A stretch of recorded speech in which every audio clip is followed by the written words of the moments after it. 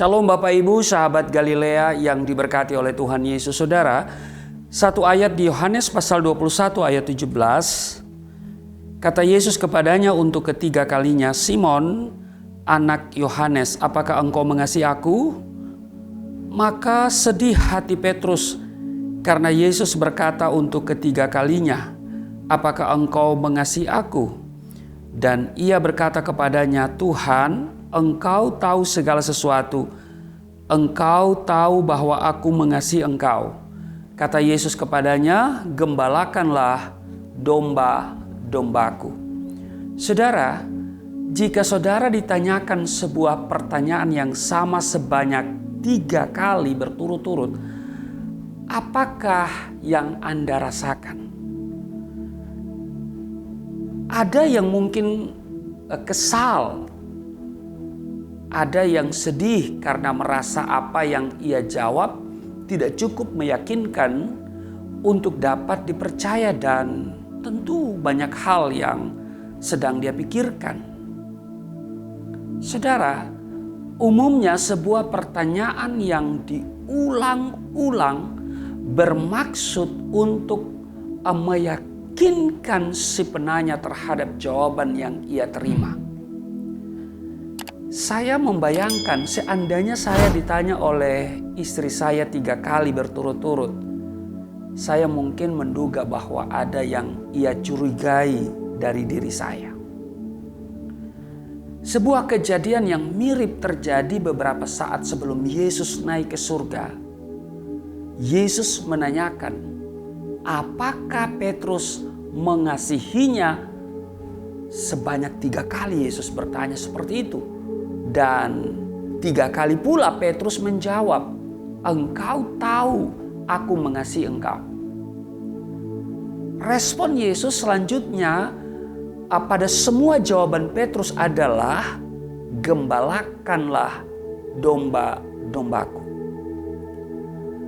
Apakah Yesus meragukan Petrus mengasihi dirinya? Tentu tidak. Pertanyaan yang diulang-ulang itu bukanlah untuk dirinya, bukan untuk diri Yesus, melainkan untuk Petrus. Yesus tidak menanyakan apakah Petrus mengasihi domba-dombanya, tapi apakah Petrus mengasihi Yesus. Dia melakukannya untuk menggarisbawahi bahwa kasih kepada Kristus yang sungguh-sungguhlah yang memampukan Petrus untuk terus melayani dan menyelamatkan banyak jiwa yang sesungguhnya bukan pekerjaan yang mudah. Saudara, Kristus adalah gembala yang baik yang memberikan nyawanya bagi domba-dombanya. Kalau saudara lihat di dalam Yohanes pasal 10 ayat yang ke-17. Dikatakan, "Bapa mengasihi aku oleh karena aku memberikan nyawaku untuk menerimanya kembali." Domba-domba Yesus berbicara bukan hanya kita yang sudah percaya, tetapi juga domba-domba yang tersesat, yang butuh diselamatkan, atau mereka yang sedang berjalan menuju kepada kebinasaan. Karena di dalam ayatnya yang ke-16 pada Yohanes pasal 10 dikatakan begini, "Ada lagi padaku domba-domba lain yang bukan dari kandang ini. Domba-domba itu harus kutuntun juga, dan mereka akan mendengarkan suaraku, dan mereka akan menjadi satu kawanan dengan satu gembala." Saudara, dulu sebelum saya percaya, saya termasuk domba yang di luar kandang ini, kalau Yesus katakan. Ya kan? Dan saya dituntun oleh Yesus. Kenapa? Karena saya berdoa, "Ihdinas siratal mustaqim, tunjukilah kami jalan yang lurus." Saya sedang merindukan jalan yang lurus itu. Dan puji Tuhan, saya dijumpai oleh Yesus, lalu kemudian saya membaca Alkitab dan saya menemukan Yohanes 14 ayat yang ke-6. "Akulah jalan, kebenaran, dan hidup. Tidak seorang pun yang datang kepada Bapa kalau tidak melalui aku." Saya ambil keputusan untuk menerima Yesus sebagai Tuhan dan Juru Selamat. Dan saya telah berkomitmen untuk menjadikan Dia sebagai gembala, dan saya adalah domba yang ada di kandang sekarang ini. Haleluya. Nah saudara, sebelum Yesus naik ke surga, Dia berpesan pada Petrus untuk peduli pada domba-dombanya yang Dia kasihi dengan sepenuh hati. Nah, bagaimana kita bisa mengasihi domba-domba seperti halnya Kristus mengasihi mereka? Tidak ada cara lain selain cara mengasihi Kristus dengan sungguh-sungguh. Amin. Menggembalakan domba bukanlah pekerjaan gampang. Terkadang domba-domba yang kita layani bisa bersikap tidak menyenangkan. Kita terkadang merasa bahwa apa yang kita buat bagi mereka seolah-olah tidak dihargai. Bisa jadi bukannya berterima kasih, ya, bukannya terima kasih yang kita dapat, tapi malah mereka komplain dan kritikan. Dan itu semua bisa membuat kita kehilangan motivasi dan semangat, saudara. Tapi dengar baik, kasih kita kepada Kristus bisa menjadi dasar motivasi yang cukup untuk memampukan kita untuk terus berada pada jalur yang sama. Terus setia untuk melayani, terus mengembalakan domba-domba Kristus. Petrus kemudian kembali mengingatkan kita tentang hal ini dalam pelayanannya. Kalau saudara baca di 1 Petrus pasalnya yang kelima, 1 Petrus pasal 5 di ayatnya yang kedua, dikatakan begini di 1 Petrus pasal 5 ayatnya yang kedua, dikatakan begini saudara, gembalakanlah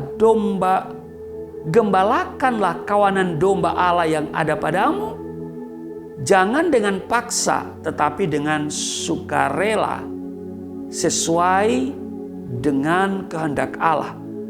Dan jangan kamu mau mencari keuntungan tetapi dengan pengabdian diri. Amin. Nah, saya punya konsep dalam pelayanan menggembalakan. Melayani bukan mencari hidup tetapi memberi hidup. Amin. Apakah saudara mengasihi Kristus lebih daripada apapun? Jika ya, gembalakanlah dombanya. Artinya melayani. Amin. Hanya dengan mengasihi Kristus kita mampu melayani dan mengasihi domba-dombanya. Karena itu saudaraku yang kekasih, kalau kita mengasihi Tuhan, berarti kita mau melayani Dia. Tuhan Yesus memberkati. Mari kita berdoa. Terima kasih kami diingatkan untuk mengasihi Engkau lebih dari segalanya. Sebab itu adalah dasar untuk kami melayani Tuhan. Seperti Engkau bertanya kepada Petrus, apakah engkau mengasihi aku? Maka Engkau berkata, gembalakanlah domba-dombaku. Melayani Tuhan adalah sebuah ungkapan bahwa kami mengasihi Engkau. Terima kasih firman mengingatkan kami untuk selalu bersemangat dalam melayani. Karena kami percaya apa yang kami kerjakan tidak akan sia-sia. Ada banyak domba yang tersesat, ada banyak domba yang sedang menuju kepada kebinasaan yang butuh diselamatkan. Pakai kami Tuhan, dan hamba telah berkomitmen untuk menggunakan seluruh yang ada pada hamba, segenap pikiran, kekuatan, dan apapun untuk melayani Tuhan. Karena melayani bagi hamba bukan mencari hidup tetapi memberi hidup. Berkati seluruh sahabat Galilea yang hamba layani melalui media online ini. Tuhan berkati setiap mereka, kesehatan, kekuatan Tuhan berikan kepada mereka. Bahkan Tuhan proteksi mereka semua. terhindar dari segala yang jahat. Di dalam nama Tuhan Yesus, haleluya. Amin.